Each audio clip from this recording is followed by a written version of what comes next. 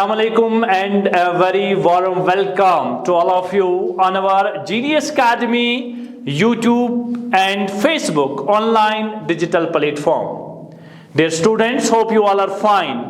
And जैसा कि आप जानते हैं कि हमने एक इनिशिएटिव लिया है कि जो बोर्ड के इंपॉर्टेंट क्वेश्चंस हैं उनको हम वन बाय वन सॉल्व करने की कोशिश करेंगे।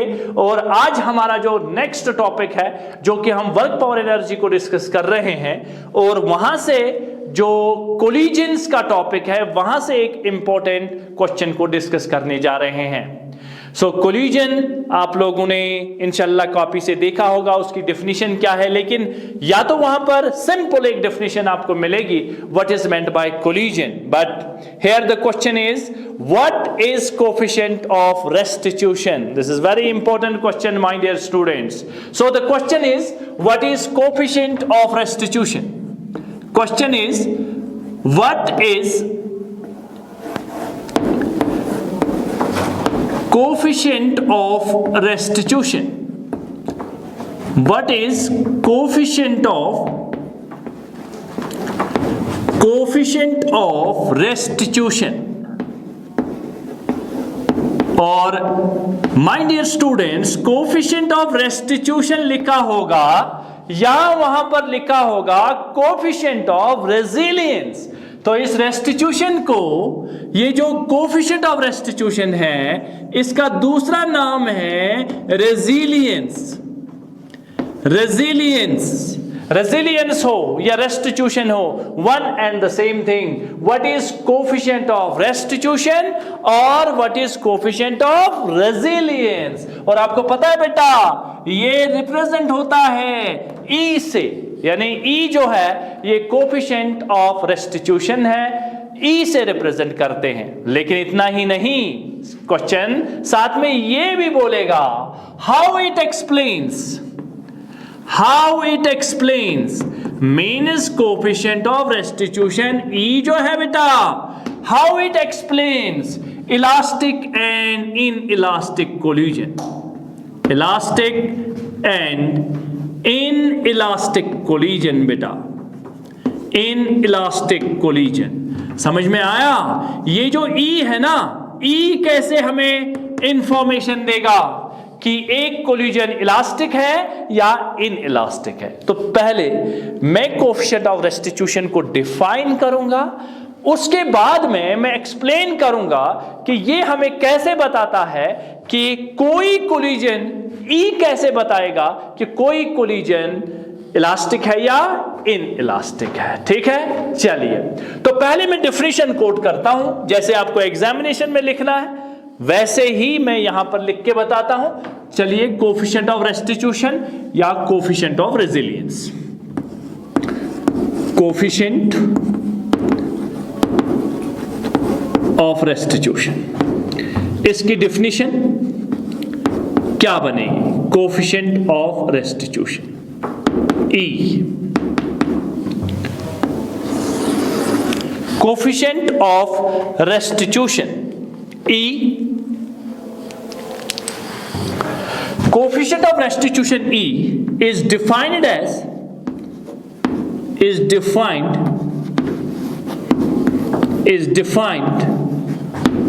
as the relative velocity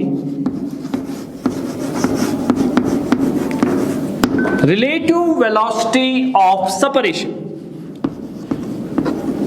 Relative velocity of separation. Relative velocity of separation या रिलेटिव वेलोसिटी आफ्टर कोलिजन। शायद आप लोगों की जो हमारे क्लासरूम की नोटबुक है शायद वहां ये भी लिखा होगा, आप कंफ्यूज नहीं होना है, सेम चीज है। ठीक है, आपकी काबिलियत के हिसाब से ऑलमोस्ट मैं बताता हूं कैसे बताना। Is defined as a relative velocity of separation after collision, after collision, after collision to the relative velocity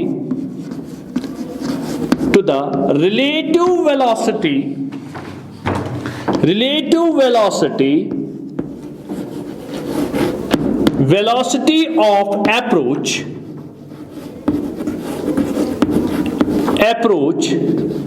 before collision,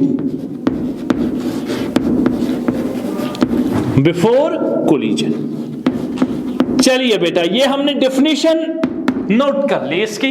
coefficient of restitution की आसान डेफिनेशन है। It is defined as the relative velocity of separation after collision to the relative velocity of approach before collision. Let's have a look. ये मेरे पास एक m1 का मास है, ये मेरे पास एक m1 का मास है, इसकी वेलोसिटी है u1। ये मेरे पास m2 का मास है, इसकी वेलोसिटी है u2। ये दोनों जा रहे हैं और ये आपस में टकराना चाहते हैं। ये कोलाइड कैसे होगा, इनके बीच में कोलाइड कैसे होगा? तो कोलाइड होगा बेटा तभी जब ये मास m1 और m2 इसके u1 ज्यादा होनी चाहिए u2 से, क्योंकि ये पीछे पीछे जब अगर दोनों बराबर हो गए तो ये कभी मिलेंगे नहीं। अब इनको मिलने के लिए इस m1 को दौड़ी करना पड़ेगा, इसको इससे ज्यादा तेज चलना पड़ेगा। तो जब तेज चलना पड़ेगा तो क्या लिखूं मैं बेटा? u1 is greater than u2, तभी इनका कोलिजन होगा। थोड़े समय बाद एक छोटे से इंटरवल के लिए इनका कोलिजन हो गया और इनका कोलिजन हो गया ऐसे, ये m1 ये m2, m1 ये m2। जब ये कोलाइड करते हैं कोलिजन, और ये for a very short interval of time होता है, तो इस वाले में यहां पर इसको लिखेंगे ड्यूरिंग कोलिजन। क्या लिखेंगे बेटा? During collision. क्वेश्चन आने वाला है पक्का, during collision.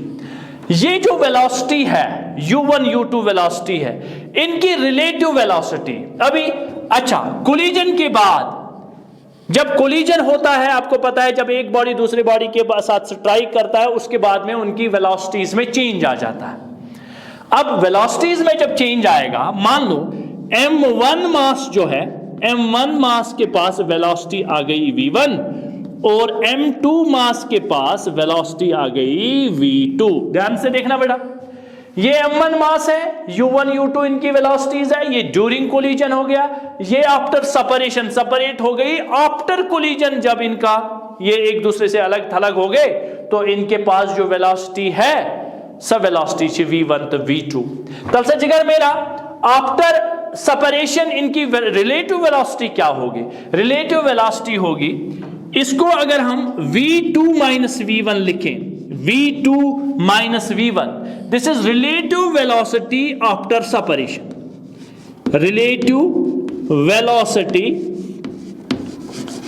After separation, relative velocity after separation. ठीक है बेटा, चलिए बढ़िया बात होगी। ये relative velocity after separation, after separation collision के बाद यहां आते हैं। दिस इज u1 बड़ा है माइनस u2, तो इसको लिखेंगे relative velocity, relative velocity before collision, relative velocity before collision.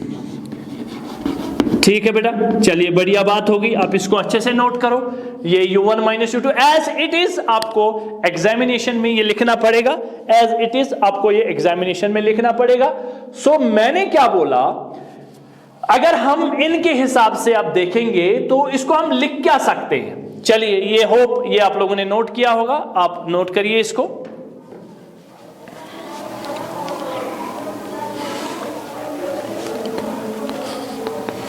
ठीक है, तो यहां इसको मैं रब कर देता हूं अब डेफिनेशन को। होप आप लोगों ने ये नोट की होगी।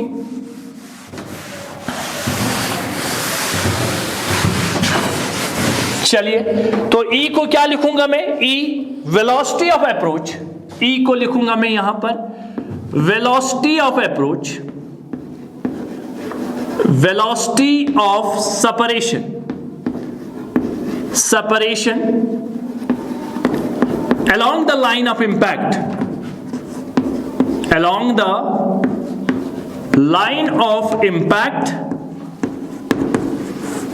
along the line of impact. E जो है relative velocity of separation along the line of impact, ratio होता है, तो नीचे लिखूंगा velocity of approach, velocity of approach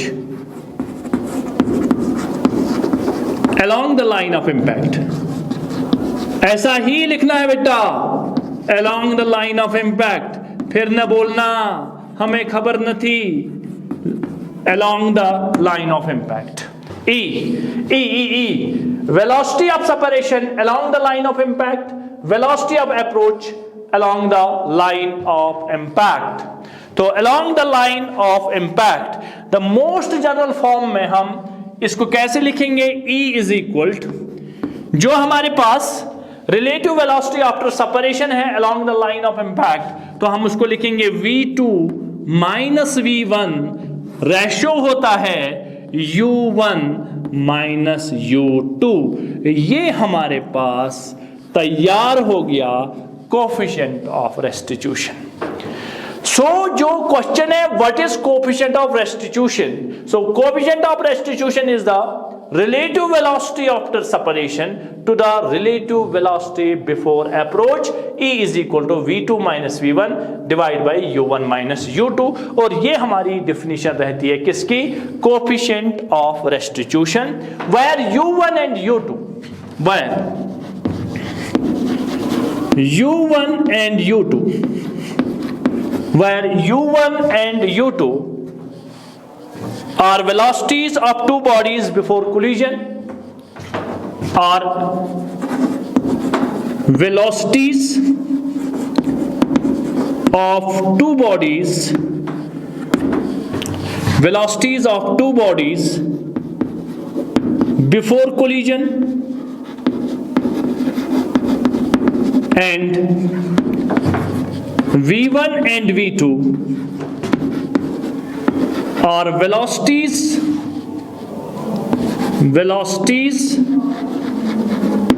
of bodies after collision. ठीक है बेटा, चलिए ये हो गया what is coefficient of restitution और what is coefficient of resilience. तो आप इसको नोट करिए, फिर मैं आपको ये बताता हूं कि ये ई कैसे हमें एक्सप्लेन करके देता है कि weather collision is elastic or whether a collision is inelastic. ठीक है, तो आप इसको नोट करिए, फिर मैं नेक्स्ट में बताता हूं ई कैसे हमें डिफाइन करके देगा, ई कैसे हमें एक्सप्लेन करके देगा कि कौन सा कोलिजन इलास्टिक है और कौन सा कोलिजन इनइलास्टिक है. चलिए अब मैं आपको बताता हूं conditions of different collisions, conditions for different collisions. ये जो दूसरा पार्ट है क्वेश्चन का conditions for different collisions, conditions for different collisions, conditions for different collisions. चलिए पहले हम बात करते हैं जो हमारे पास इलास्टिक कोलिजन है, इलास्टिक कोलिजन और इलास्टिक कोलिजन में सबसे इंपॉर्टेंट बात यह है कि इलास्टिक कोलिजन में काइनेटिक एनर्जी कंजर्व होती है. Kinetic energy is conserved, kinetic energy is conserved. इसका मतलब यह है कि अगर ये m1 मास है, इसके पास वेलोसिटी u1 है, ये m2 मास है, इसके पास वेलोसिटी u2 है, u1 u2, और आफ्टर कोलिजन के बाद जो इनके पास वेलोसिटी होगी m1 के पास वो v1 है और m2 के पास वेलोसिटी आ गई v2.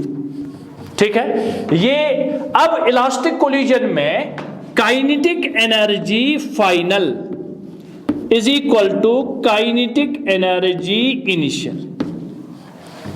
इसका यह मतलब हुआ कि अगर काइनेटिक एनर्जी कंजर्व है तो इसका यह मतलब हुआ कि रिलेटिव वेलोसिटीज, यानी जिस वेलोसिटी से आपने फेंका कोलिजन के बाद उसी वेलोसिटी से ये वापस आया, या वो वेलोसिटी सेम रही जो पहले थी, वो वेलोसिटी बाद में भी है, तभी तो हमारी काइनेटिक एनर्जी कंजर्व हो जाएगी। Kinetic energy final is equal to kinetic energy initial.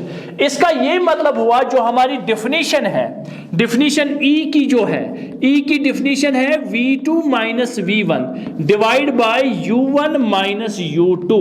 इसका मतलब आफ्टर कोलिजन, आफ्टर सेपरेशन और बिफोर अप्रोच दोनों की वेलोसिटीज अगर सेम है, तो अगर ये दोनों सेम है इसका मतलब E इज इक्वल टू 1। ये जो दूसरा वाला पार्ट था ना, how it explains that whether the collision is elastic and inelastic, यानी कितकिन जो वनानस कोलिजन छा इलास्टिक किन कोलिजन छु इनइलास्टिक। वो अगर वनी इलास्टिक कोलिजन छु तो पाई इलास्टिक कोलिजनस मन आफ्टर सेपरेशन वेलोसिटी आसान बराबर बिफोर कोलिजन ची वेलोसिटी। गो अगर यम ज बराबर छी तो तेली ये तो ये पानवन बराबर तो अत नेर E इज इक्वल टू 1। गो इस तरह से coefficient of restitution for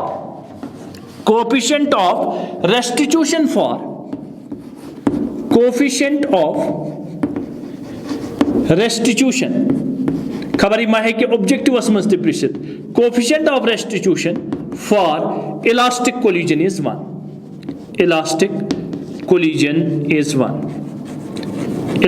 collision is 1। ठीक है, E इज इक्वल टू 1। गो अगर और E ओस 1 दित तो वनु सर यह इलास्टिक कोलिजन। ठीक है, अच्छा अब बात करते हैं हम इन इलास्टिक कोलिजन की। अगर वन इन इलास्टिक कोलिजन कत करो, in elastic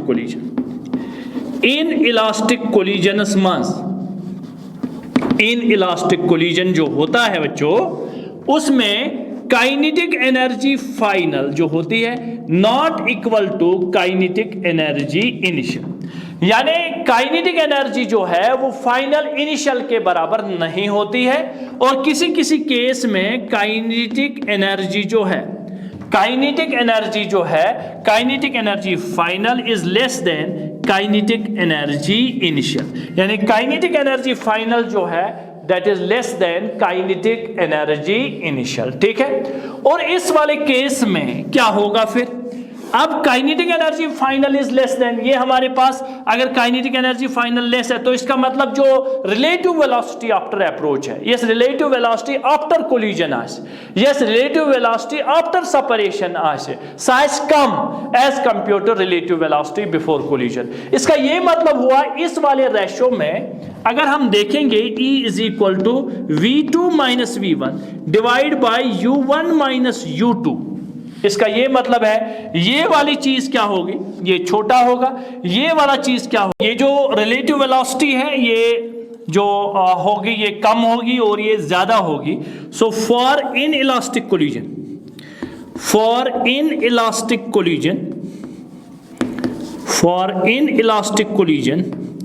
E is less than 1। चलिए एक बात तो ये तय हो गया,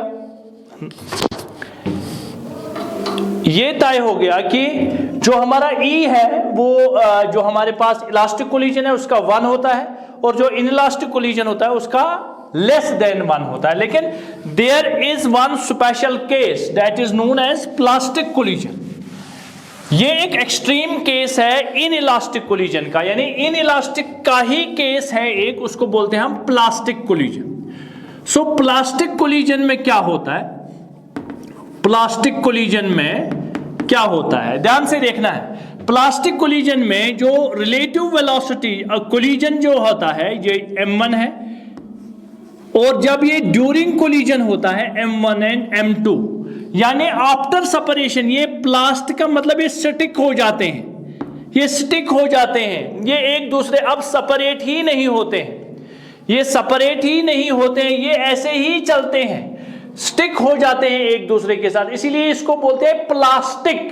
प्लास्टिक मतलब ये प्लास्ट हो जाते हैं, स्टिक हो जाते हैं, और आफ्टर सेपरेशन कोई वेलोसिटी नहीं आती है, ये सेपरेट ही नहीं होते हैं। तो इसका मतलब आफ्टर सेपरेशन जो वेलोसिटी है वो जीरो होती है, यानी प्लास्टिक कोलिजन में ये वाला क्या होता है, जीरो। तो प्लास्टिक कोलिजन में E जो निकलेगा वो जीरो निकलेगा। For plastic collision for plastic collision E is equal to 0। अब मैंने आपको ये जो अब कोएफिशिएंट ऑफ रेस्टिट्यूशन है ये ग्रेटर आर इक्वल टू 0 और लेस आर इक्वल टू 1 के बराबर होना चाहिए। और ये जो रेंज होता है E, ये E जो है इसका रेंज होता है हमारे पास E less or equal or great less or equal to 1 and greater or equal to 0। ठीक है, ये E का हमारे पास वैल्यू होता है E 0 से लेकर 1 तक, ये हमारे पास इसका वैल्यू हो जाता है। और इस तरह से ये हमारा जो क्वेश्चन था, what is coefficient of restitution and how it explains that whether the collision is elastic, inelastic और प्लास्टिक, ये क्वेश्चन आपको बोर्ड में इंशाल्लाह करने को मिलेगा।